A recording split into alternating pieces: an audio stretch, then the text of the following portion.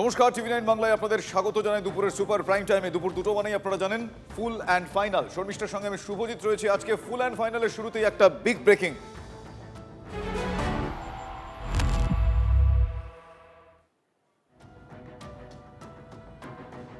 তারাতলায় তাসের ঘর, গোডাউনে ত্রুটির পাহাড়। টিভি9 বাংলার হাতে এই এক্সক্লুসিভ রিপোর্ট। শুরুতেই বললাম আপনাদের, আজ ফুল অ্যান্ড ফাইনালের শুরুতেই রয়েছে বিগ ব্রেকিং। ন্যূনতম বৈজ্ঞানিক পদ্ধতি না মেনে গোডাউনে ঢালাইয়ের কাজ হচ্ছিল। উল্লেখ রয়েছে তদন্তকারীদের প্রাথমিক রিপোর্টে। যে টিনের উপর কংক্রিটের ঢালাই হয়েছিল সেগুলো সম্পূর্ণ খোলা অবস্থায় ছিল। লোহার বিমের সঙ্গে স্ক্রু দিয়ে না আটকে ঢালাই হয়েছিল। শুধুমাত্র একটা টিনের সঙ্গে আরেকটা টিন স্ক্রু দিয়ে জোড়া হয়েছিল। আর সেই কারণেই কংক্রিট ঢালাইয়ের ওজন ধরে রাখতে পারেনি ওই টিনগুলো।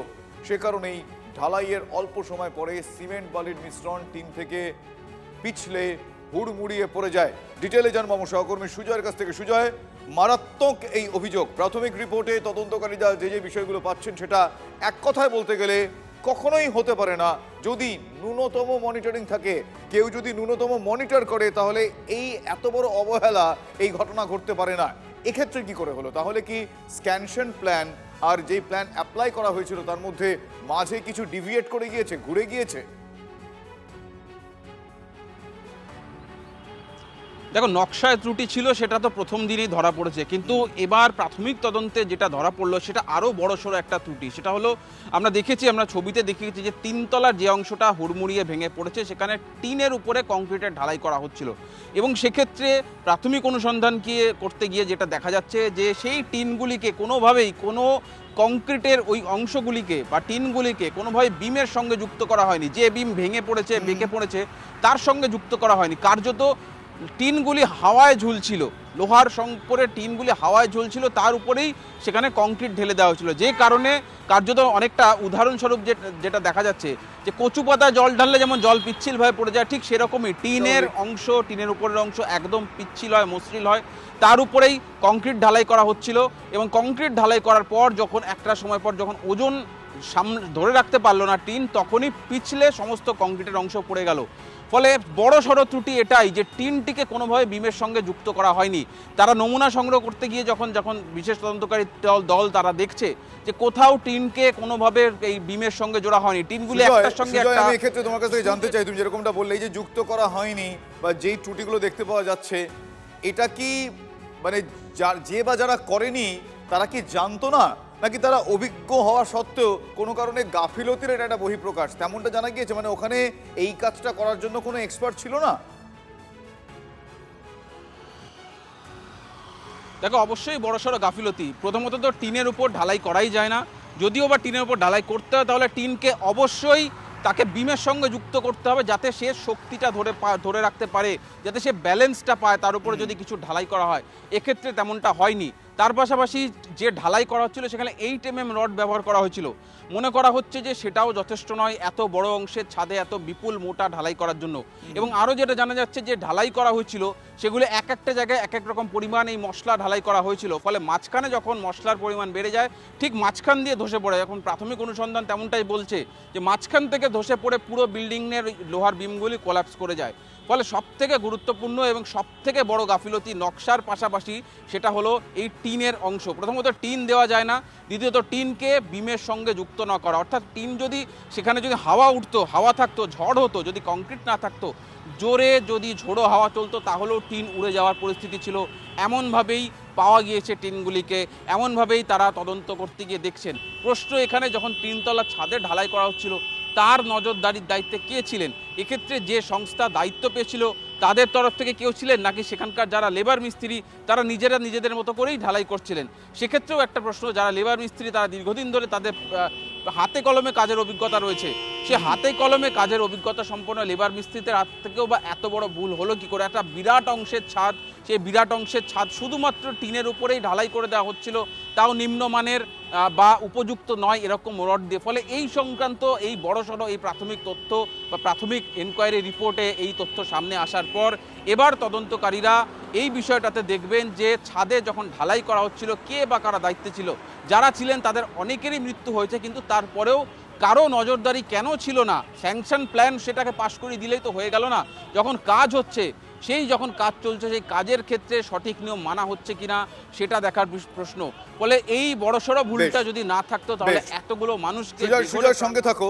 নির্মাণ বিশেষজ্ঞ পার্থপ্রতিম বিশ্বাস এই মুহূর্তে আমাদের সঙ্গে টেলিফোন লাইনে রয়েছেন। পার্থবাবু, আপনি নিশ্চয়ই শুনলেন যে এই যে স্পেশাল ইনভেস্টিগেশন টিম তারা যেটা বলছেন সেটা এক কথায় গাফিলতি বললেও কম বলা হয়। তবে এই মুহূর্তে এটুকু আশ্বাস এ রাজ্যবাসী পেয়েছেন বা পাচ্ছেন, কারণ এরকম এক জায়গায় হয়েছে বলে বিশ্বাস করাটা কঠিন। বিভিন্ন জায়গায় হয়তো এরকম হয়ে গিয়েছে। এই মুহূর্তে এই নির্মাণ কাজ বন্ধ আছে, অর্থাৎ মনিটরিং চলবে। আপনার অবজারভেশন কি, কখন কিভাবে এই ধরনের এভাবে জোড়াতাপ্পি দিয়ে কাজ চালিয়ে দেওয়া যায়? এত বড় বিপদ সামনে আছে এটা জানা সত্ত্বেও। না, প্রথমত এই কাজটাতে নজরদারির একটা গাফিলতি ছিল, সেটা হচ্ছে পরিষ্কার বোঝা যাচ্ছে। কারণ যে সতর্কতা অবলম্বন করে নির্মাণটা করলে এই বিপর্যয়টা হতো না, সেই সতর্কতাগুলো নিশ্চয়ই নেওয়া হয়নি। এছাড়া একটা বিল্ডিং বা কোলাপস করার সময় নানা রকম কারণ থাকে। এক্স্যাক্টলি কোন কারণটা কতটা রেসপন্সিবল সেটা নিশ্চয়ই আরো খতিয়ে দেখলে বোঝা যাবে। কিন্তু প্রাথমিকভাবে নজরদারির অভাব ছিল, যে এটা নিয়ে কোনো সন্দেহ নেই। বিশেষত আপনারা উল্লেখ করছিলেন ওই যে করুগেটেড শীট যেটা আছে তার উপরে কংক্রিট ঢালছিল, কিন্তু ওখানে ওই শিয়ার বোল্ট বলতে যা বোঝায় সেটা সাধারণভাবে কোথাও দেখা যাচ্ছিল না। কিন্তু এক্স্যাক্টলি কোন কারণে হয়েছে সেটা কিন্তু আরো খানিকটা খতিয়ে দেখতে হবে, যে এটা মেটেরিয়ালের জন্য ফেলিওর, নাকি সিকোয়েন্সেস অফ কনস্ট্রাকশনের জন্য ফেলিওর, নাকি ডিজাইনের জন্য ফেলিওর। ফেলিওর তো হয়েছে এবং ফেলিওরের পেছনে কারণটা আছে। ফলে সেই কারণটা খুঁজে বের করা এবং সেটা যাতে রিপিটেড না হয় ইন ফিউচার, সেটা এনশিওর করার জন্য পুরো প্রশাসনে একটা মেকানিজম ডেফিনেটলি ইভলভ করাতে হবে, যাতে ভবিষ্যতে এই ধরনের প্রাণঘাতী বিপর্যয়গুলো থেকে রক্ষা করা যায় শহরকে, শহরবাসীকে বা নির্মাণ শ্রমিকদের। ধন্যবাদ পার্থপ্রতিম বাবু। আমি আরো একবার যাবো আমার সহকর্মী সুজয়ের কাছে। সুজয়, জানতে চাইবো যে আমরা কথা বলছিলাম নির্মাণ বিশেষজ্ঞ পার্থপ্রতিম বিশ্বাসের সঙ্গে। তিনি বললেন যে এটা প্রাথমিক রিপোর্টে জানা যাচ্ছে, কিন্তু সব থেকে বড় প্রশ্ন হচ্ছে যে কখন এই ধরনের খুব ডেলিকেট, সূক্ষ্ম এবং গুরুত্বপূর্ণ বিষয় এড়িয়ে গিয়ে যারা কাজ করছেন তারা প্রত্যেকেই কম বেশি জানেন কি হলে কি তার কনসিকুয়েন্সেস হতে পারে, কি হতে পারে, তারা কাজ করে গিয়েছেন। আমি এই মুহূর্তে নির্দিষ্টভাবে কাউকে দোষারোপ করতে চাইছি না, কিন্তু প্রাথমিক রিপোর্টে যেটা পাওয়া গিয়েছে সেটা যদি বিভিন্ন প্রান্তে এইভাবে গাফিলতির সঙ্গে এই কাজগুলো এরকমভাবে তুড়ি মেরে চলতে থাকে, তাহলে তো বিপদ অনেক জায়গায় রয়েছে।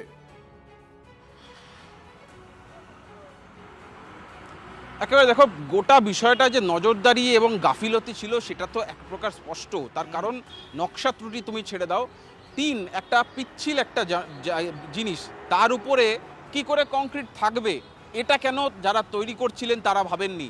এবং তারপরেও যদি টিনকে ব্যবহার করা হয়, টিনকে একটার সঙ্গে একটা জোড়া হচ্ছে যাতে টিনগুলি ছেড়ে না যায়। কিন্তু টিনকে তার নিজের ওজন ধরে রাখার জন্য তো টিনকে কিছুর সঙ্গে যুক্ত করতে হবে। সাধারণ মানুষেরও সাধারণ বুদ্ধিতে হয়, টিনকে যদি, যে সাধারণত টিনের চাল বা আমরা বাড়ি যেগুলো দেখি সেগুলোকে কাঠ বা লোহার বিমের সঙ্গে টিনগুলোকে যুক্ত করা হয় যাতে ঝোড়ো হওয়ায় বা কোনোভাবে টিন উড়ে না যায়। কিন্তু এক্ষেত্রে বাস্তব পরিস্থিতিটা কি দেখা গেল, যখন তারা এনকোয়ারি করতে গেলেন দেখলেন যে টিনগুলিকে কোনোভাবে বিমের সঙ্গে কোনো লোহার সঙ্গে যুক্তই করা হয়নি, নাট বোল্ট বা স্ক্রু দিয়ে আটকানোই ছিল না, গোটা ছাদটাই এরকম ছিল। ফলে এই বিষয়টা এরকমভাবে একটা টিন সেগুলোকে বসানো হয়েছে, সেগুলোকে আটকানো হয়নি, তার উপরে ঢালাই করা হচ্ছে। প্রত্যেকটা স্টেপে যদি নজরদারি থাকতো তাহলে এই বড় সড়ো ত্রুটি বা এই ধরনের একটা গাফিলতি। কথা বলতে আমার অবাকই লাগছে। মানে ধরো আমরা প্রত্যেকেই যে পেশায় কাজ করি, আমরা সেই পেশায় কাজ করতে করতে একটা খুব বিশেষজ্ঞ না হলে একটা অভিজ্ঞতা আসে, তো আমরা বুঝতে পারি এটা বললে কি, এটা করলে কি, পরে যে কোনো পেশায়, আমি কাউকে নির্দিষ্টভাবে বলছি না। আমি ভাবছি যে এই যে একটা গাফিলতি হয়েছে, যে বা যারা গাফিলতি করলো, কিন্তু এই যে ঘটনাগুলো ঘটছে, এই যে তুমি যেরকম বলছো কচু পাতার উপর জল পড়ে যেরকম স্লিপারি হয়ে যায় সেইভাবেই হুড়মুড়িয়ে পড়ে গেল, যারা এই কাজগুলো করলেন তাদেরকেই সেখানে চাপা পড়ে, মানে তাদের মধ্যে অনেককেই মৃত্যুর কোলে ঢলে পড়তে হলো। মানে এই যে গাফিলতি যে বা যারা করলো, যাদের দিয়ে কাজগুলো চলছিল, কেউ দেখলেন না, কিন্তু তাদেরকে আখেরে মৃত্যুর বিনিময়ে এই গাফিলতির দাম দিতে হলো।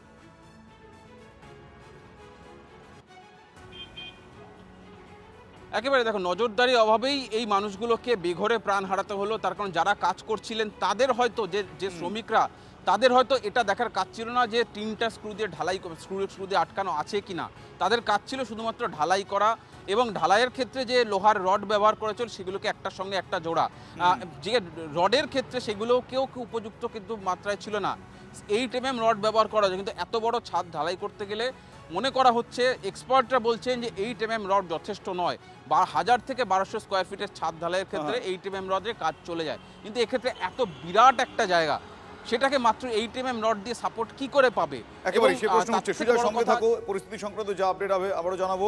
আরও একটা গুরুত্বপূর্ণ বিষয়ের ক্ষেত্রে জানতে পারা যাচ্ছে যে গোডাউনের 3 তলা ঢালাইয়ের সব জায়গায় নাকি আবার বালি পাথরের মিশ্রণ সমান হারে ছিল না। আর কি কি ছিল না, আর কি কি গাফিলতি হয়েছে, সময় বলবে। রাজনৈতিক ব্যক্তিত্বরা এই মুহূর্তে কি মনে করছেন? আমি এই মুহূর্তে আমার সঙ্গে টেলিফোন লাইনে রয়েছেন বিজেপির প্রধান মুখপাত্র দেবজিৎ সরকার। দেবজিৎবাবু, জানতে চাইবো যে এই যে আপাতত একটা স্বস্তি, কিছুক্ষণ আগে দর্শকদের আমরা বলছিলাম যে এই মুহূর্তে মুখ্যমন্ত্রী শুভেন্দু অধিকারীর নির্দেশে এই বেআইনি নির্মাণের কাজ আপাতত বন্ধ রয়েছে, কারণ কোন কোন জায়গায় এই ধরনের গাফিলতি হয়েছে, বেসিক মানে গাফিলতি বেসিক জায়গায় সেটা মানা হয়নি, হুড়মুড়িয়ে পড়লো। যাতে আর হুড়মুড়িয়ে না পড়ে সেটা তো নিঃসন্দেহে এই মুহূর্তে নজরদারিতে আপনারা রেখেছেন। কিন্তু দিনের পর দিন এই গাফিলতির কারণ কি হতে পারে, আপনার অবজারভেশন কি মনে হয়? যারা বিশেষজ্ঞ তারাই কোন রকমে চালিয়ে দিচ্ছে? 3টে কারণ। প্রথমত, এগুলো হচ্ছে সবই হুইমসিক্যাল সিস্টেমে চলেছে। যে যখন মনে করেছে এখানে দরকার, সঙ্গে সঙ্গে করে ফেলো, কিছু সরকারি টাকা এসে যাবে, বেসরকারি কিছু উদ্যোগ কাছের লোক কাজ পেয়ে যাবে। এই জন্য তার কোনো অডিট হবে না, তার না তো তার প্ল্যানের অডিট হবে, জমির সয়েল টেস্টিং এর কোনো বিষয় আছে, কি করে জিনিসটা দাঁড়াবে তার কোনো ব্যাপার নেই। তার উপরে যারা মাল সাপ্লাই দেবে তারা কি কোয়ালিটির মাল দেবে, জিনিসপত্র দিয়ে ওটা তৈরি হবে, সেটা নিয়ে কোনো ধারণারই কোনো প্রয়োজন নেই। নেতা বলেছে করে দাও, কিছু টাকা কামিয়ে নাও, এই ছিল স্লোগান। উল্টো দিকে দাঁড়িয়ে অডিট যারা করবেন, ধরুন এরম ভাবে নয়, অডিট করার কথা আমরা বারে বারে বলছি, কি অডিট করবেন? হাজারো হাজারো জায়গা ফাঁকা পড়ে আছে, যারা এই বিষয়ের বিশেষজ্ঞ তাদের তো চাকরিটা দিতে হবে, তারা গিয়ে দাঁড়িয়ে দেখবেন, তারাই এই বিষয়ে আলোচনা করবেন বা তারা দেখবেন, প্ল্যান বুঝবেন ইত্যাদি। ধরে নিন আমি আইনজীবী, আমি কি স্ট্রাকচারের কি বুঝবো, বা আমরা যারা এখানে অন্য প্রফেশনে আছি তারা কি বুঝবো? একজন ইঞ্জিনিয়ার কি দরকার? তো সেগুলোকে নিয়োগও করেনি। ফলে একদিকে হচ্ছে কর্তার ইচ্ছে কর্ম প্রকল্প চালানো, আর দু নম্বর যারা এই বিষয়ে বিশেষজ্ঞ তাদেরকে বিভিন্ন পদ ফাঁকা পড়ে আছে, তাদের কোনো রিক্রুটমেন্ট নেই, কে কাকে দেখবে? সুতরাং এই জিনিস হয়েছে, এই জিনিস বন্ধ করতে হবে। ধন্যবাদ দেবজিৎ বাবু।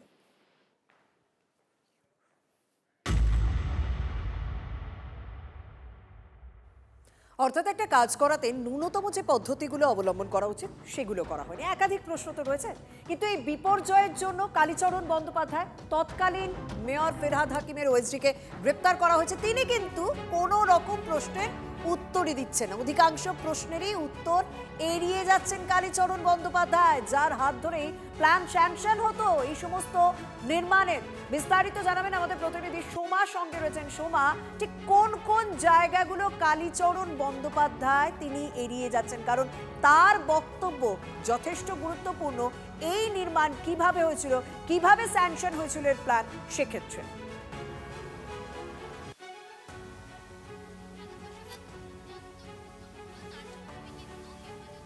জেরা করা হচ্ছে এবং গোয়েন্দারা জেরা করছেন, এবং জেরা করার মূল কারণটাই হচ্ছে এই যে প্ল্যান, অর্থাৎ এই যে গোডাউন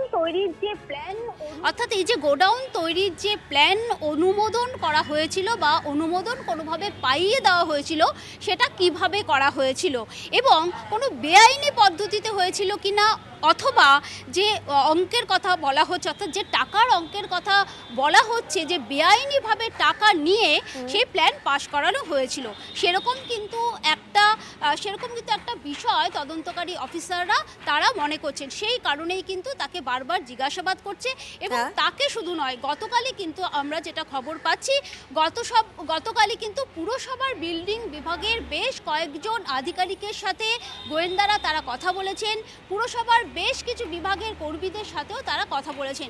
তারা যেটা বারবার জানতে চাইছেন যে কিভাবে অনুমোদন দেওয়া হলো। এই যে অনুমোদন দেওয়া হয়, অর্থাৎ কোনো বিল্ডিং তৈরি করার ক্ষেত্রে যে অনুমোদনগুলো দেওয়া হয় সেগুলো কি পদ্ধতিতে দেওয়া হয়। এক্ষেত্রে কালীচরণ বন্দ্যোপাধ্যায় সে অনুমোদনের ক্ষেত্রে কোনো সুপারিশ করেছিল কিনা, পুরসভার কোনো আধিকারিক, বিল্ডিং বিভাগের কোনো আধিকারিকের কোনো প্রভাব ছিল কিনা, বা তার কথায় অর্থাৎ যে সমস্ত পদ্ধতি অবলম্বন অবলম্বন করে যে কোনো নির্মাণে প্ল্যান স্যাংশন করা হয় সেই পদ্ধতিগুলো অবলম্বন করা হয়েছিল, না কোনো বেআইনিভাবে সুপারিশ করা হয়েছিল?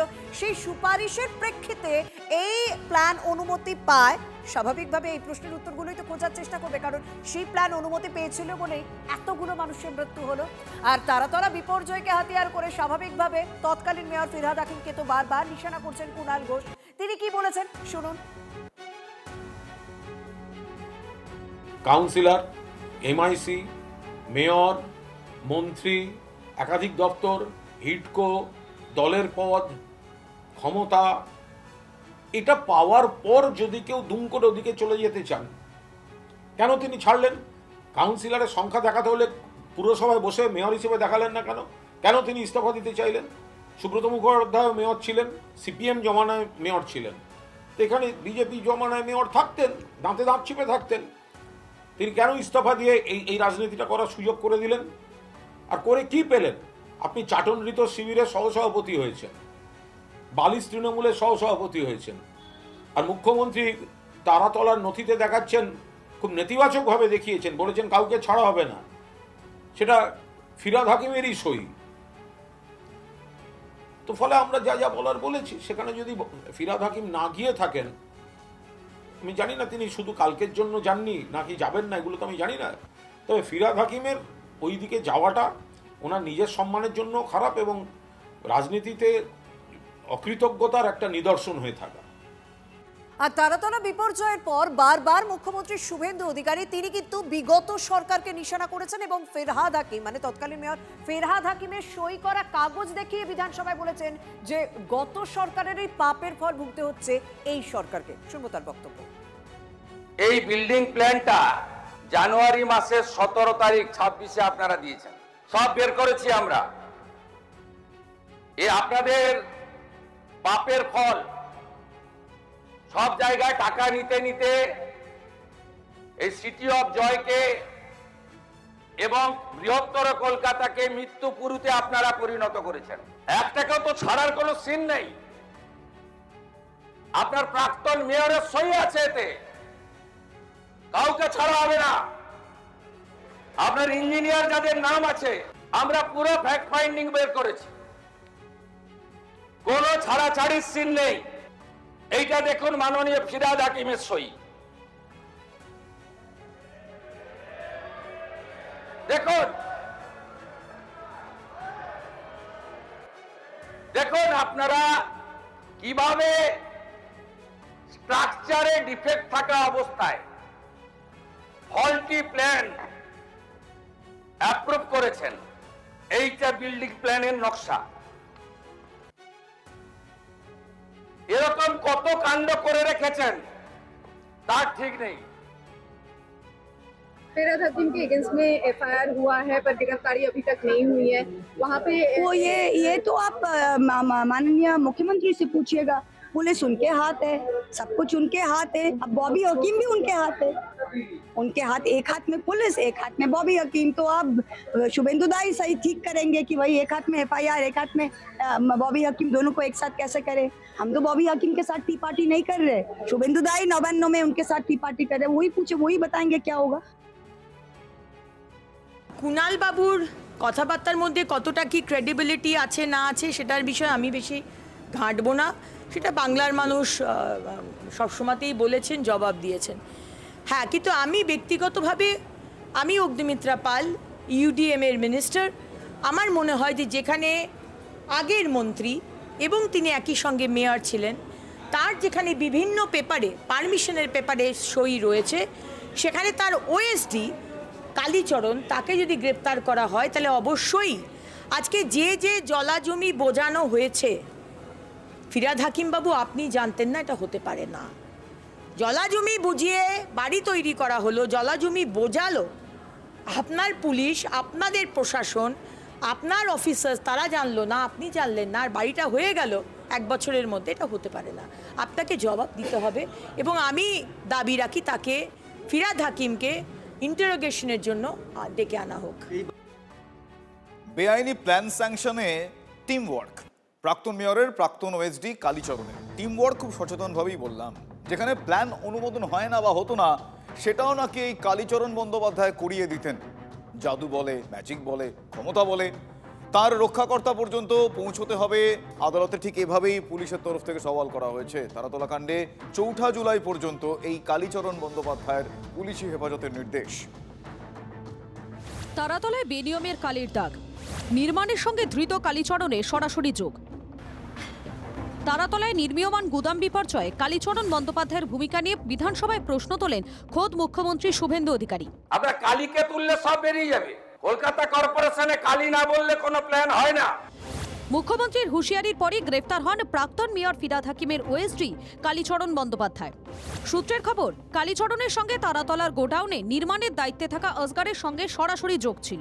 পুলিশ সূত্রের দাবি, পুরসভায় প্ল্যান অনুমোদন করার ক্ষেত্রে কালীচরণের সঙ্গে আসগার এবং তার সহযোগীরা যোগাযোগ রাখতেন। একটা টিম ওয়ার্ক ছিল, সেই টিম ওয়ার্কে কালীচরণ যেমন আছে, এরকম বহু লোক আছে যারা এই ডকুমেন্টসগুলো বানিয়ে ওনাদেরকে দেয়। মানে তাকে সেখানে দেখা যাচ্ছে এনকোয়ারি করলে সেরকম কোনো উনি কাজের লাইসেন্স উনি পাবেন না, সেই জিনিসগুলো উনি তৈরি করে দিয়েছিলেন। এই লাইসেন্সটা প্রকিওর করতে কালীচরণ ডাইরেক্টলি ইনভলভ ছিলেন। ওনার মাথায় কে ছিলেন, কালী যে তার রক্ষাকর্তা কে, কালীর মাথায় কার হাত ছিল, এটা আমরা কোর্টকে বলেছি।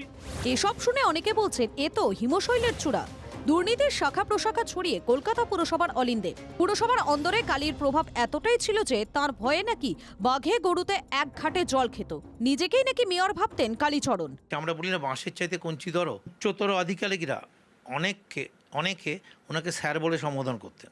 অন্যের আলোয় আলোকিত হয়ে যে পাওয়ার, সেইটাকেও এনজয় করতে করতে চূড়ান্ত ক্ষমতাশালী হয়ে ওঠে। পরবর্তীকালে ওনার উপরে যিনি ছিলেন, যার ওএসডি উনি ছিলেন, তিনিও তার ওপর 100% ডিপেন্ডেন্ট ছিলেন। নিজেকে ডিফ্যাক্টো মেয়র ভাবতে শুরু করেন। পুরসভা সূত্রের খবর, কালীচরণ বন্দ্যোপাধ্যায় 2018 সালের আগে সামাজিক সহায়তা বিভাগের সবথেকে দক্ষ অফিসার ছিলেন। কিন্তু অফিসার অন স্পেশাল ডিউটি পদে বসতেই পুরো বদলে যান। ঘনিষ্ঠ অফিসারদের দিয়ে নিজের একটি চক্র তৈরি করেছিলেন কালী।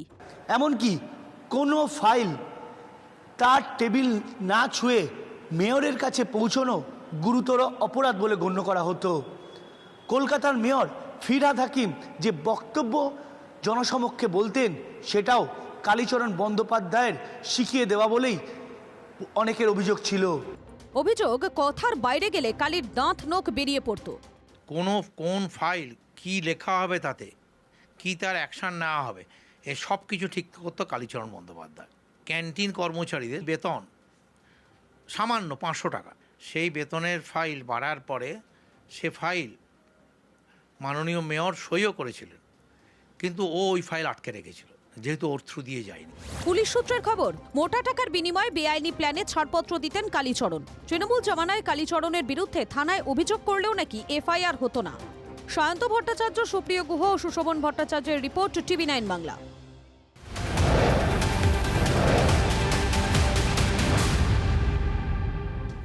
তারাতলা তাসের ঘর গোডাউনে শেষ হয়েছে উদ্ধার কাজ। আর সবার শেষে জানা গেছে মৃতের সংখ্যা 16। এই ঘটনা ধ্বংসস্তূপ থেকে নমুনা সংগ্রহ করেছে ফরেনসিক এবং পূর্ত দপ্তরের আধিকারিকরা। সংগ্রহ করা হয়েছে সিমেন্টের চাই, নাট বোল্ট এবং লোহার রড। এবার নমুনা সংগ্রহ করবে সিল। ধ্বংসস্তূপ সরাতে আসবে পুরসভার টিম। কারণ এই নমুনাগুলো তদন্তের ক্ষেত্রে ভীষণ জরুরি। কারণ কোনো নিম্নমানের সামগ্রী ব্যবহার করা হয়েছিল কিনা, সেই কারণেই এই নমুনা সংগ্রহের কাজ। তারাতলার অভিশপ্ত গোডাউন থেকে উদ্ধার কাজ আপাতত শেষ হয়েছে। নমুনা সংগ্রহ করেছেন এখানকার ফরেনসিক আধিকারিকেরা এবং PWD যারা আধিকারিকেরা আছেন, তারা এসে নমুনা সংগ্রহ করেছেন। ধ্বংসস্তূপের কিছুটা অংশ সরিয়ে সেখান থেকেও নমুনা সংগ্রহ করা হয়েছে সিমেন্টের চাই, রড, এই সমস্ত জিনিসগুলো। তবে সিটের তরফ থেকে নমুনা সংগ্রহের কাজটি শুরু হবে এবং পুরসভার কর্মীরা তারা কিন্তু এখানে যে ধ্বংসস্তূপ রয়েছে সেই ধ্বংসস্তূপটা পুরোপুরি সরিয়ে দেওয়ার কাজটা শুরু করবে। তবে রোববার হওয়ার কারণে আজ সকাল থেকে এখনো পর্যন্ত কিন্তু এই কাজটি বন্ধ রয়েছে। অর্থাৎ সিটের তরফ থেকেও যে নমুনা সংগ্রহের কাজ বা পুরসভার কর্মীরা তারা যে ধ্বংসস্তূপটি পুরোপুরি সরাবার কাজটি করবেন, সেটা কিন্তু বন্ধ রয়েছে। সূত্র থেকে আমরা জানতে পারছি যে আজ এখানে এই যে ধ্বংসস্তূপ সরাবার কাজ, সেই কাজটি হবে না। তবে পুরসভার কর্মীরা বা সিভিল ডিফেন্স ডিফেন্সের কর্মীরা তারা কিন্তু রয়েছেন। তারা যেটা বলছেন যে তাদেরকে রিজার্ভে রাখা হয়েছে, যদি প্রয়োজন হয় তাহলে তাদেরকে আজকে ব্যবহার করা হবে। তবে বিভিন্ন সূত্র থেকে আমরা যেটা জানতে পাচ্ছি যে আজ রোববার হওয়ার কারণে কিন্তু এখানে যে ধ্বংসস্তূপ সরাবার কাজ বা নমুনা সংগ্রহের কাজ, সেই কাজটা কিন্তু আজকে বন্ধ থাকবে। ক্যামেরা দীপঙ্কর জানার সঙ্গে সোমা দাস, TV9 বাংলা, কলকাতা। একটা মানুষের কথা বলবো যিনি দেশের শত্রুদের হাত থেকে দেশের জমি রক্ষা করেন, কিন্তু তৃণমূলের হাত থেকে নিজের জমিটুকু রক্ষা করতে পারেননি, নিজের পৈতৃক জমি রক্ষা করতে পারেননি আধা সেনায় কর্মরত টুটুল মজুমদার। তৃণমূল নেতাদের বিরুদ্ধে জমি দখলের অভিযোগ শিলিগুড়ির বাসিন্দা সিআরপিএফ জওয়ানের। 12 বছর ধরে জমি উদ্ধারে পুলিশ প্রশাসনের দ্বারস্থ হয়েছেন, কিন্তু না, কোনো কাজই হয়নি। রাজ্যে পালা বদলের পরে পর্যটন মন্ত্রী শঙ্কর ঘোষের দ্বারস্থ হয়েছেন ওই সিআরপিএফ জওয়ান। অভিযোগ শোনার পর দ্রুত পদক্ষেপের নির্দেশ পর্যটন মন্ত্রী। আপনি তো দেশকে রক্ষা করেন, দেশের জমিকে রক্ষা করেন, নিজের জমি রক্ষা করতে পারলেন না। এটাই আমার দুঃখ যে আমি একটা এরকম রাজ্যে বাস করি যে আমরা নিজের শরীরকে বিলিয়ে দিয়ে আমরা দেশকে রক্ষা করছি। পাকিস্তান বর্ডারে কাশ্মীর আজকে আমি 5 বছর থেকে কর্মরত, অথচ আমার নিজের কেনা জমি, আমার নিজের পৈতৃক সম্পত্তি আমি রক্ষা করতে পারছি না। কোন বর্ডারে আছেন আপনি? আমি আছি গুলমার্গে আছি আর কি, পাকিস্তান। প্রতিনিয়ত লড়াই হয় সেখানে? প্রতিনিয়ত সেখানে তো আপনারা দেখতেই পাচ্ছেন টিভির পর্দায় খবরে। এখানে কতটা জমি আছে? এখানে আমার 14 শতক জমি আছে, 11 কাঠা। কারা নিয়ে নিল? মোহাম্মদ গোলাপউদ্দিন এবং সাগর রায় বলে 2 ব্যক্তি জবরদখল করে রয়েছে। তারা তৃণমূলের সক্রিয় নেতা। আর ওই যখন আপনি জমি চাইতে যেতেন কি বলা হতো, আপনি কেন্দ্রীয় সরকারের গুন্ডা? হ্যাঁ, ওরা তো বুঝতেই পারছেন যে এটা আগের সরকারের আমাদের এক্স যে সিএম ছিলেন তাদের একটা মানে ভাষা ছিল যে সিআরপিতে চাকরি করে মানে তারা সেন্ট্রাল বাহিনীর গুন্ডা আর কি। এই দেখুন না যে আনলিগালভাবে এখানে দেখতেই পাচ্ছেন মোহাম্মদ গোলাপউদ্দিন কাঠের ব্যবসা করে, অবৈধ ব্যবসা, যার কোনো বাড়ি তৈরি করে লাইসেন্স নেই। আর দেখেন যে পিডব্লিউডির উপরে দেখুন না যে 2 তলা বিল্ডিং, আমি পিডব্লিউডিকেও জানিয়েছি, পিডব্লিউডিও কোনো ব্যবস্থা করেন। এবার মন্ত্রীকে কি বললেন? মন্ত্রীবাবুকে বললাম, মন্ত্রীবাবু আমাকে আশ্বাস দিলেন যে সিপি স্যারের সাথে কথা বলার জন্য, দেখি যদি কোনো সুরা করতে পারে। 15 বছর ধরে কি সেনাবাহিনী, কি বাংলার নিরীহ মানুষ, হাজার হাজার লক্ষ লক্ষ আমাদের কাছে কমপ্লেন আসছে। আসানসোলে বসে আমার জমি নিয়ে নিয়েছে। আজকে সকালবেলাতে একজন বৃদ্ধা মহিলা এসেছে, তার জমি রাজারহাটে নিয়ে নেওয়া হয়েছে। বৃদ্ধ, সমস্ত টাকা সেই ফ্ল্যাটের জন্য দিয়েছিলেন, ফ্ল্যাটও পাননি, টাকাও ফেরত দেওয়া হচ্ছে না। তো আজকে এইভাবেই সরকার চলেছে। মমতা ব্যানার্জি আপনি সবই জানতেন, আপনাদের তোলাবাজির একটা সিস্টেম ছিল, হ্যাঁ অর্গানাইজ সিস্টেম ছিল, এটা কিন্তু বলতেই হবে। কোন এলাকায় কে তোলাবাজি করবে, কত টাকা সিন্ডিকেট চালাবে, কোন কোন পুকুরগুলো বোঝাবে, এগুলো সব আপনারা করেছেন। আর যা আপনারা মানে নোংরা করে দিয়ে গেছেন, বলতে গেলে পায়খানা করে রেখেছেন, ওই পায়খানা পরিষ্কার করা আমাদের পক্ষে খুব অসুবিধা হয়ে যাচ্ছে।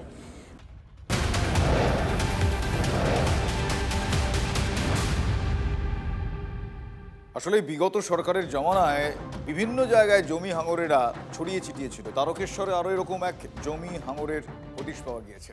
এক প্রমোটারের কয়েক কোটি টাকার জমি হাতানোয় অভিযুক্ত তারকেশ্বরের পুরপ্রধান উত্তম কুণ্ডু। তৃণমূল নেতার বিরুদ্ধে তারকেশ্বর থানায় অভিযোগ দায়ের কলকাতার ব্যবসায়ী। পুরপ্রধানের কাউন্সিলর স্ত্রীর বিরুদ্ধেও জমি দখলের অভিযোগ রয়েছে। ভয় দেখিয়ে খুনের হুমকি দিয়ে প্রমোটারের থেকে জমি দখলের অভিযোগ। পার্ট পেমেন্ট দিয়ে 55 লাখ টাকা মতো ওনাদের দিয়েছিলাম, আর রেজিস্ট্রির কিছু খরচা হয়েছিল। তারপর আমি দিবেন্দু দত্তা এনাদের যে ইঞ্জিনিয়ার আছে এখানকার মিউনিসিপ্যালিটির, তাকে দিয়ে এই প্ল্যানটা স্যাংশন করাই। প্ল্যান স্যাংশন হওয়ার পর এখানে 10,000 কত স্কোয়ার ফিটের টোটাল আমরা প্ল্যান স্যাংশন হয়েছিল। তাতে আমাদের গ্রাউন্ড ফ্লোর টোটাল কমার্শিয়াল ছিল 22 খানা না 20 খানা সব ছিল। তারপরে থেকে বলতে আরম্ভ করলো এটা তুমি আমার ওয়াইফের নামে লিখে দাও, না লিখলে কিন্তু আমি কাজ করতে দেবো না। উত্তম কুণ্ডু আমাকে বারবার প্রেসার করলো, অনেকবার প্রেসার করলো।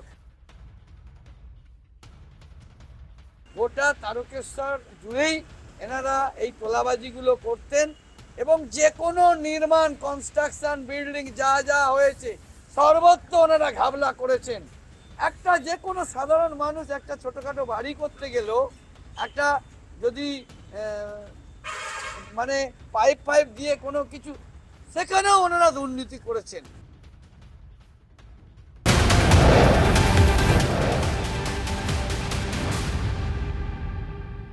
আপনার নিজের জমি, কিন্তু সেটা রক্ষার জন্য আপনাকে কাউন্সিলরকে টাকা দিতে হচ্ছে। ভাবুন একবার, সেরকমই তো হয়েছে। কাউন্সিলরের স্বামীকে দিতে হয়েছে 15 লক্ষ টাকা নিজের জমি রক্ষার জন্য। বিস্ফোরক অভিযোগ করছেন এক বৃদ্ধ। জোকা নবপল্লী এলাকায় 13 কাঠা জমির মালিক সুনীল হালদার কম দামে জমি কিনতে চেয়েছিলেন 143 নম্বর ওয়ার্ডের তৃণমূল কাউন্সিলর ক্রিস্টিনা বিশ্বাসের স্বামী ববি বিশ্বাস। জমি বিক্রি করতে রাজি না হওয়ায় বৃদ্ধকে 16 ঘন্টা দোকানে আটকে রাখা হয়েছিল বলে অভিযোগ কাউন্সিলরের স্বামীর বিরুদ্ধে। নিজের জমি রক্ষায় ববি বিশ্বাসকে ধাপে ধাপে 15 লক্ষ টাকা দিতে বাধ্য হয়েছেন ওই বৃদ্ধ। পালা বদলের পর সুবিচারের আশায় হরিদেবপুর থানায় লিখিত অভিযোগ দায়ের করেছেন জমির মালিক। যে আমার একটা জমি আছে জেমসনগরের গায়ে, এই জমিটা এই ববি বিশ্বাস আর তরিত কুমার দত্ত এরা জমিটাকে দখল করতে চাইছে। ঠিক আছে, তো এই জমিটা আমাকে বলেছিল যে এই জমিটা আমাদের কাছে বিক্রি করো, আমাদের দাও। ঠিক আছে, জলের দামে আমাদের দাও। কিন্তু আমি তার প্রস্তাবে রাজি হইনি। আমি বললাম যে না, এটা তো আমাদের কাজের জন্য, এটা ব্যবসার কাজে লাগবে, আমি এই জমি বিক্রি করবো না, এই জমি আমি বিক্রি করবো না। তখন ওনারা আমার পিছনে লাগে, একটা পর একটা ঘটনা করেই যাচ্ছে। ওই জমির ভেতরে ঢুকে যাচ্ছে, ঝামেলা করছে, আমার ফ্যামিলির লোকজনকে হ্যারেস করছে। টোটাল 15 লাখ টাকা দিয়েছি। প্রথমবারে 5 লাখ টাকা, তারপরে 3.5 লাখ টাকা, তারপরে 3.5 লাখ টাকা, তারপরে একটা ক্যাশ 1.5 লাখ টাকা, তারপরে আবার 1 লাখ 2 লাখ করে করে আরো 5 লাখ টাকা। এবার ভোটে টাকা চেয়েছিল? হ্যাঁ, এবার ভোটে কি টাকা চেয়েছিল? হ্যাঁ, ভোটের আগে বলেছিল যে এরকম 3 লাখ টাকা দিতে হবে। 2008 সালে একটা জমি কেনেন, সেটা 13.5 কাঠা ওনার এবং ওনার মিসেসের নামে। জমিটার উপর ওদের নজর ছিল, জমিটা যেমন করে হোক কিনবে। যখন কোনোভাবে উনি দমছেন না, কোনোভাবে ওই জমিটি হস্তান্তর করতে রাজি হচ্ছেন না, তখন ওনাকে তুলে নিয়ে গিয়ে ওনাকে ভয় দেখানো হয়। দফায় দফায় অভিযোগ করেছেন 2016 সাল থেকে। কখনো 17 সালে উনি আবার ডিটেল কমপ্লেন জানিয়েছেন, তখনও কোনো স্টেপ নেয়নি। বিভিন্ন প্রাক্তন যে রাজ্য সরকার ছিল তার বিভিন্ন দফায় দফায় বিভিন্ন সরকারি দপ্তরে উনি জানিয়েছিলেন, তার সত্ত্বেও কোনো রকম স্টেপ নেয়নি। অবিলম্বে ববি বিশ্বাস গ্রেপ্তার হোক, তার শাস্তি হোক, এটাই আমরা চাই।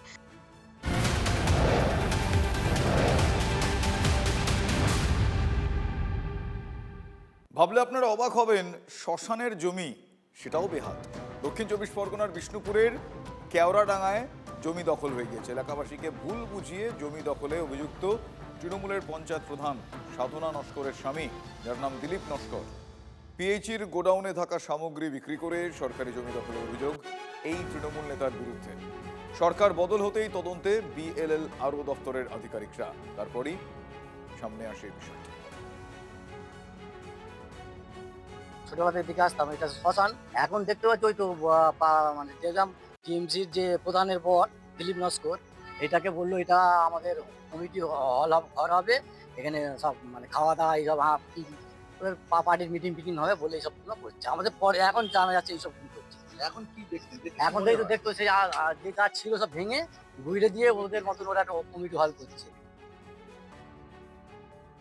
এটা তো শ্মশান ছিল, এই শ্মশানকে নিয়ে আমরা আজ থেকে না হলো বিগত 10 বছর আগেও এই শ্মশানটাকে নিয়ে আমরা অনেক কিছু করেছি।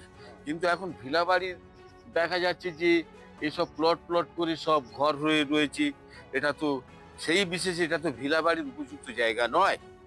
যা দেখছি সব একটা খুব মানে 1, 2, 3, 4 মানে 5টা 10খানা ঘর হচ্ছে।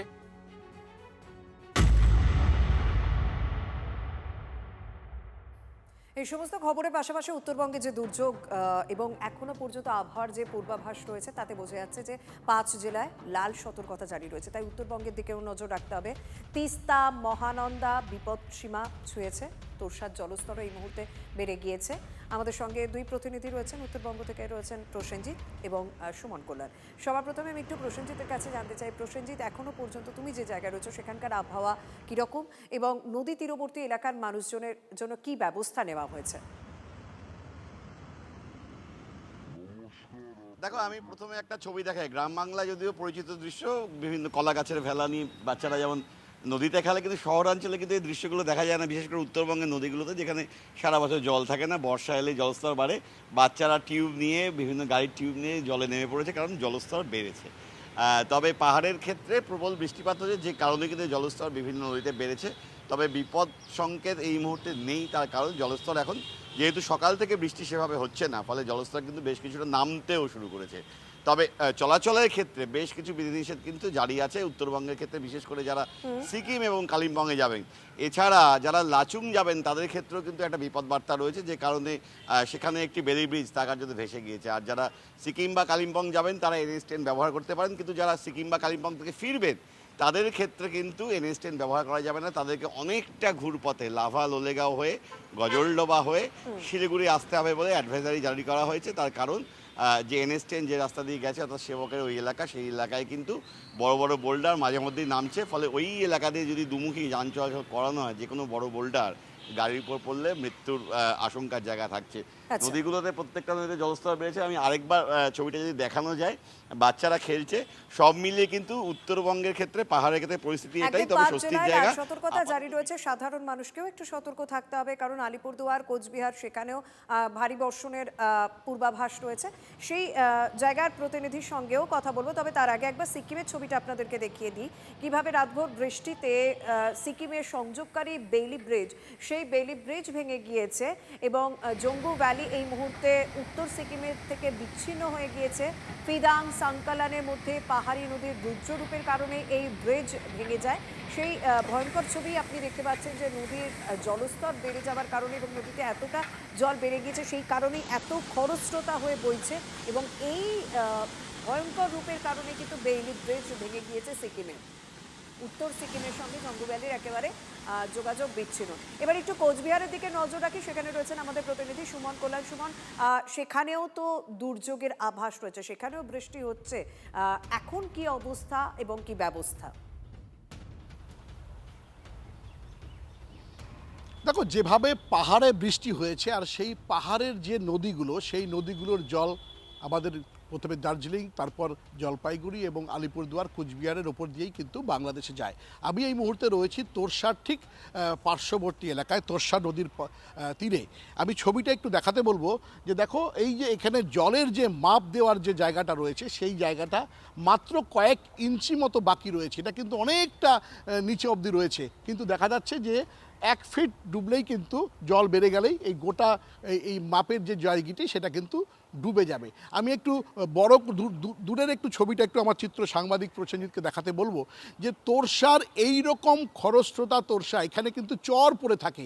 অন্যান্য দিন এখানে এলে সবাই কিন্তু হেঁটে এই নদীটা পার হতে পারে, আজকে কিন্তু এখানে যাওয়ার তো কোনো প্রশ্নই নেই। এবং যেভাবে খরস্রোতা তোরসা নেমে এসছে এবং বাংলাদেশের দিকে যাচ্ছে, এটা কিন্তু জানান দিচ্ছে যে কি পরিমাণ জল বেড়েছে এই উত্তরের এই নদীগুলোতে।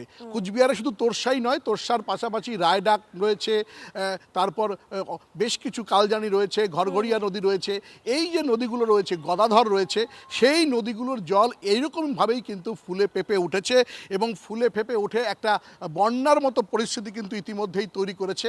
এবং এই তোরসা পাড়ের যারা মানুষ রয়েছেন, তারা ইতিমধ্যেই কিন্তু একটা উঁচু জায়গায় নিরাপত্তা, তাদেরকে নিরাপত্তাজনিত জায়গায় কিন্তু তাদেরকে সরিয়ে দেওয়া হয়েছে। এবং এই সমস্ত নদীর ভয়াল রূপ আমরা আপনাদের সামনে এখন দেখাচ্ছি। বছরের অন্যান্য সময় এই নদীর একরকম রূপ থাকে, আর বৃষ্টির সময়, বর্ষার সময় আর এক রূপ, ভয়ঙ্কর রূপ। তা তো আপনারা দেখতে পাচ্ছেন, বিপদসীমা মার্ক করার জন্য যে দণ্ড সেখানে রাখা হয়েছে, সেটাও আর কিছুক্ষণের মধ্যে ডুবে যেতে বসেছে। আমরা কোচবিহারের ছবিও যেমন দেখাচ্ছি, তোরসার ছবি যেমন দেখাচ্ছি, তার পাশাপাশি শিলিগুড়ির তিস্তার ছবিও আমরা আপনাদের সামনে তুলে ধরছি। আমাদের একটু অপর প্রতিনিধি, জলপাইগুড়ির প্রতিনিধি রনির সঙ্গেও একটু কথা বলতে হবে, কারণ সেখানেও ভয়ঙ্কর অবস্থা, সেখানেও জলঢাকা নদী একেবারে বিপদসীমার উপর দিয়ে বইছে। টানা বৃষ্টিতে জল বাড়ছে ডুয়ার্সের নদীগুলিতে। ধূপগুড়ি, বানারহাট সহ ডুয়ার্সের বিভিন্ন এলাকায় মুষলধারে বৃষ্টি হচ্ছে। যেমন বলছিলাম, ডায়না, জলঢাকা, তিস্তা, তোরসা, মূর্তি সহ একাধিক নদী এই মুহূর্তে বিপদসীমার কাছাকাছি, কোথাও কোথাও বিপদসীমার উপর দিয়ে বইতে শুরু করেছে, যার প্রভাব কিন্তু নদী তীরবর্তী এলাকাগুলো পড়তে শুরু করেছে। এবং আরও যাতে ভয়ঙ্কর পরিস্থিতি না হয় সেই কারণে এখনো পর্যন্ত যেই জায়গাগুলো নদীর জলস্তর বিপদসীমার কাছাকাছি পৌঁছয়নি সেই জায়গাগুলো ড্রেজিংয়ের কাজও হচ্ছে, যাতে ভয়ঙ্কর পরিস্থিতি না তৈরি হয়, নদী তীরবর্তী এলাকাগুলো যাতে ভেসে না যায়। নদী সংলগ্ন এলাকায় মানুষকে ইতিমধ্যেই সতর্ক করা হয়েছে, মাইকে প্রত্যেকটা মুহূর্তে প্রচার করেছে প্রশাসনের দিক থেকে। বানারহাট এলাকায় বিপদসীমার উপর দিয়ে বইছে হাতি নালার জল। মানুষকে কিভাবে সতর্ক করা হয়েছে সেই অ্যাম্বিয়েন্সটাও একটু আপনাদের শোনাবো।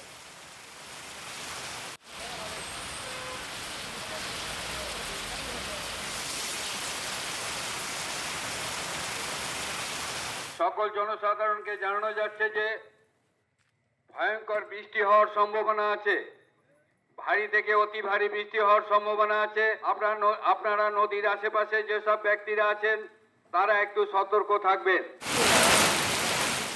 আমাদের জলপাইগুড়ি প্রতিনিধি রনি এই মুহূর্তে সঙ্গে রয়েছে। রনি, সার্বিকভাবে তোমার জেলার কি অবস্থা, কি খবর, কি আপডেট? দেখো শর্মিষ্ঠা, এখন সমতলে বিশেষ করে ডুয়ার্সের যে অংশটা পাহাড়ি এলাকা নয় সেখানে বৃষ্টি কিছুটা থেমেছে, তবে আকাশে মেঘ রয়েছে। জলস্তর কিছুটা যে সমস্ত নিচু এলাকায় জমেছিল বৃষ্টির জল সেগুলো কমতে শুরু করেছে, তবে পাহাড়ি নদীগুলোতে কিন্তু জলস্তর এখনো কমেনি। জল যেভাবে রাত থেকে বাড়া শুরু করেছিল সেই অবস্থাতেই রয়েছে। জল জমে গিয়েছিল ধূপগুড়ি ব্লকের গাদং 1 নম্বর গ্রাম পঞ্চায়েত এবং 2 নম্বর গ্রাম পঞ্চায়েতের বিস্তীর্ণ এলাকা জুড়ে, এবং সেই সাথে বারোঘরিয়া গ্রাম পঞ্চায়েতের বিস্তীর্ণ এলাকায় জলঢাকা নদীর জল ঢুকে পড়ে, যার ফলে কিন্তু আতঙ্কে লোকজন সেখান থেকে সরে যায়। রাত জেগে কাটাতে হচ্ছে এলাকার মানুষকে। জলঢাকার বাঁধে বেশ কয়েক জায়গায় ভাঙন দেখা দিয়েছে, এমনকি আলিপুর দুয়ারের জয়গা এলাকাতে কিন্তু একটি সেতু ক্ষতিগ্রস্ত হয়েছে, একটি ডাইভারশন ক্ষতিগ্রস্ত হয়েছে, যার ফলে ফুলসিলিং এর সঙ্গে জয়গা ভুটানের কিন্তু যোগাযোগ পুরোপুরি বিচ্ছিন্ন হয়ে রয়েছে। পাশাপাশি মালবাজার মহকুমার বেশ কিছু এলাকায় কিন্তু নদীর জল গ্রামের মধ্যে ঢুকে পড়েছে। ক্রান্তি ব্লকেও বেশ কিছু এলাকা জলমগ্ন, স্বাভাবিকভাবে বলা যায় বন্যা পরিস্থিতি তৈরি হওয়ার মতো একটা জায়গায় চলে এসেছে লাগাতার বৃষ্টির কারণে। এবং এইভাবে যদি বৃষ্টি চলতে থাকে পাহাড়ে, তাহলে কিন্তু বন্যার আকার নেবে গোটা এলাকা।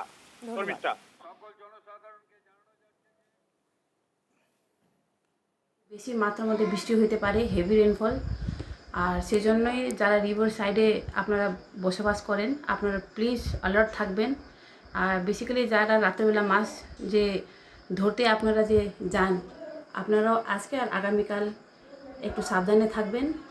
আর আমি সব রিভার যেটা আমাদের পঞ্চায়েত মেম্বাররা রয়েছে, সুদামা, বিপ্তা, ছাটন্ডু এরিয়া, টন্ডু, ওনাদেরকে বেসিক্যালি আপনাদেরকে আমি অ্যালার্ট করতে চাই, কেন 5 সেপ্টেম্বর আমাদের এমনি ডিজাস্টার হয়ে গেছে, সেই জন্যই আপনারা প্লিজ অ্যালার্ট থাকবেন।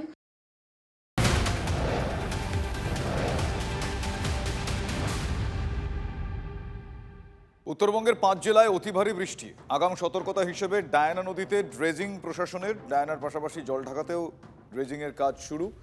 সময় মতো ড্রেজিং না হলে অতি ভারী বৃষ্টিতে নদীর জল গ্রামে ঢুকে বন্যা পরিস্থিতি তৈরি হতে পারে। গত বর্ষায় ডায়না নদীর বাঁধ ক্ষতিগ্রস্ত হয়েছিল, প্লাবিত হয়েছিল আশপাশের এলাকা। সেই পরিস্থিতি যাতে এবার না হয় তার জন্য পদক্ষেপ করছে প্রশাসন। আবহাওয়া দপ্তরের পূর্বাভাস রয়েছে আগামী 5 দিন অতি ভারী বৃষ্টি হবে উত্তরবঙ্গের 5 জেলায়।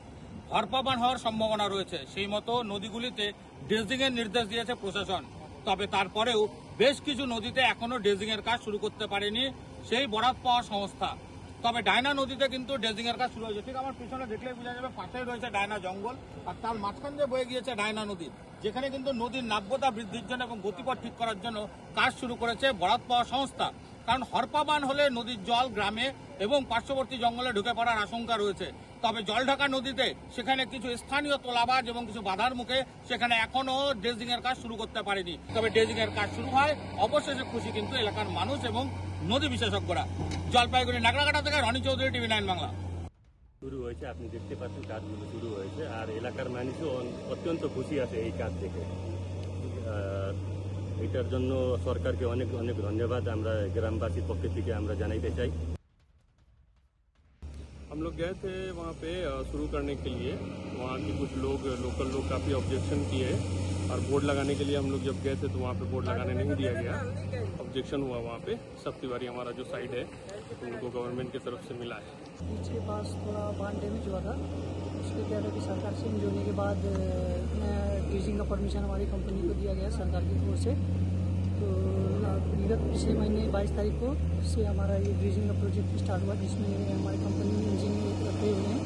उनके आदेशानुसार 2 मीटर 3 मीटर करके हम लोग ड्रेजिंग का काम स्टार्ट कर दिए हुए हैं।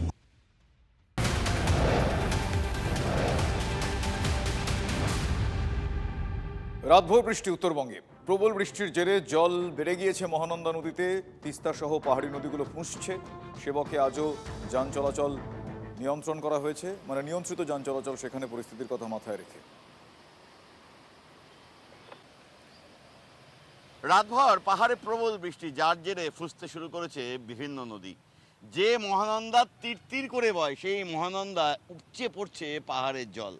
পাহাড় থেকে বিপুল জলরাশি এসে ধাক্কা মারছে বিভিন্ন যে পিলার, যেখানে মহানন্দা জলস্তর মাপা হয়, সেই স্কেলের যে পিলার রয়েছে তার গায়ে। একই সঙ্গে শুধু মহানন্দা নয়, ফুসতে শুরু করেছে প্রবল খরস্রোতা তিস্তাও। একই সঙ্গে উত্তরবঙ্গের বিভিন্ন জেলাতে একাধিক নদী ফুসতে শুরু করেছে। পাহাড় জুড়ে প্রবল দুর্যোগ, প্রবল বৃষ্টির জের। উত্তরবঙ্গের অন্যান্য জেলাতেও বৃষ্টির জের, যার জেরে বিভিন্ন নদীর জলস্তরের দিকে এখন তীক্ষ্ণ নজর রাখছে রাজ্য সরকার। এই নদীগুলোর দুপারে যে মানুষজন থাকেন তাদেরকেও সতর্ক করে দেওয়া হয়েছে। কোনো কারণে তিস্তার জলস্তর আরও বৃদ্ধি পেলে দ্রুত যাতে পদক্ষেপ করা যায়, সেই কারণেই কিন্তু সতর্ক করে রাখা হয়েছে এসডিআরএফকে। তবে এখনও পাহাড়ে সেভাবে ধসের খবর মেলেনি। তবে সেবকের ক্ষেত্রে আজও পরিস্থিতি নিয়ন্ত্রণে নয়। দিন কয়েক আগে সেবকে ধস নেমেছিল, যার জেরেই এখনও সেখান থেকে পাহাড়ের বিভিন্ন বড় পাথরের চাই নেমে আসছে বারবার। যে কারণে যে সমস্ত মানুষ এই মুহূর্তে সিকিম এবং কালিম্পংয়ের দিকে যাবেন, তারা কিন্তু এই NH10 রাস্তা ব্যবহার করতে পারবেন। কিন্তু সিকিম এবং কালিম্পং থেকে যে সমস্ত মানুষজন শিলিগুড়ির দিকে আসবেন, তাদেরকে এই রাস্তা এড়িয়ে চলার পরামর্শ দিচ্ছে প্রশাসন। সেক্ষেত্রে বিকল্প রাস্তা হিসেবে লাফা হয়ে তারা আসতে পারবেন শিলিগুড়ি। ক্যামেরা দীপায়নের সঙ্গে প্রসেনজিৎ, TV9 বাংলা, শিলিগুড়ি।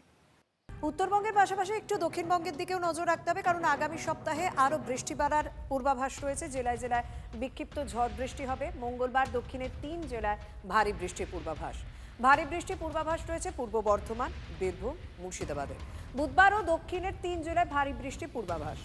ঝাড়গ্রাম, বাঁকুড়া, পুরুলিয়ায় বুধবার ভারী বৃষ্টি হবে। আপাতত বিক্ষিপ্ত বৃষ্টির সম্ভাবনা রয়েছে কলকাতা এবং সংলগ্ন এলাকাগুলিতে।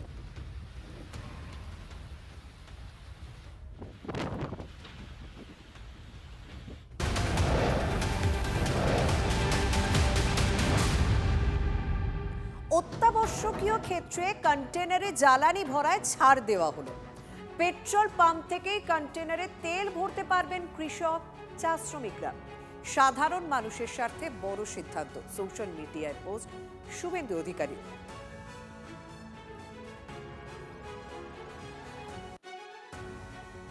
মাঠ থেকে গাড়ি তুলে নিয়ে গিয়ে আল ভেঙে ভেঙে যেতে হচ্ছিল অনেক। আজ এটা তো খুব ভালো খবর, মানে খুবই সুন্দর হবে আমাদের। আর এই ট্র্যাক্টর নিয়ে আর পাম্পে যেতে হবে না। চাষির পক্ষে খুব ভালো হলো যে ওই দামে তেল দিচ্ছে, তার জন্য চাষির পক্ষে একটু ভালো। তার কারণ কি অসুবিধায় ভোগ করছিলেন? অসুবিধা ভোগ করছিলেন ওই যে ট্র্যাক্টর বারবার যাওয়া আসা, সেই কাদার গাড়ি নিয়ে পিচ রাস্তায় কাদান করা, এগুলো তো মানে যানবাহনের অসুবিধা হবে। আমাদের যতটা উপকার হয়েছে ওনাদের তার থেকে বেশি উপকার হয়েছে চাষিদের, কিংবা যারা ফ্যাক্টরি আছে, কনস্ট্রাকশন আছে, বিজনেস, PW বিজনেস, এদের বেশি উপকার হয়েছে আমাদের থেকে। তার কারণ হচ্ছে অত বড় বড় মেশিনগুলো ফ্যাক্টরি থেকে তুলে আনা সম্ভব না, যার কারণে ওরা একটু ইতস্তত বোধ করছিল কীভাবে তেল দেবো কি না। তো এখন তুলে নেওয়ার কারণে তারা ড্রামে তেল নিয়ে যেতে পারবে, এটা আমরা জানিয়ে দিচ্ছি সরাসরি আমরা দেবো। দাদা, এর আগে কি আপনারা ব্যারেলে বা কন্টেনারে দিতেন পেট্রোল বা ডিজেল? দিতেন না? মানুষ কি এসে চাইতো? না না চাইতো কিছু কিছু মানুষ এসে হয়তো চাইতো। হ্যাঁ চাইতো, আমরা না করতাম। না করতেন? এমনি আমাদের কাছে কোনো ইনফরমেশনও আসেনি। আসলে তাহলে যদি আমাদেরকে অফিসে কিছু জানালে তাহলে। আপনাদের এতদিন দিতেন না, কেউ এসে চাইতো? চাইতো, অনেকে বলতো আমার গাড়ি আটকে আছে, ওই আটকে আছে, কিন্তু আমরা এসব কিছু না পাচ্ছি। আমরা পেট্রোল পাম্প থেকে আমাদের এসছে, নির্দেশ হচ্ছে, আর মুখ্যমন্ত্রী বলাতেও আমাদের অনেকটা সুবিধা। গ্রাম নিয়ে গেলে আগে তো অসুবিধা হতো। আর ড্রাম নিয়ে গেলে অসুবিধা হতো আমাদের, কিন্তু এখন অনেকটা অসুবিধা কেটে যায়। যার নিয়ে গেলে তেল পেতে একটু সমস্যা হতো, কারণ তখন তো জারি দিত না, প্রবলেম ছিল। কিন্তু এখন ওই আমরা মুখ্যমন্ত্রী স্যার বলার পর আমাদের খুব সুবিধাই হলো।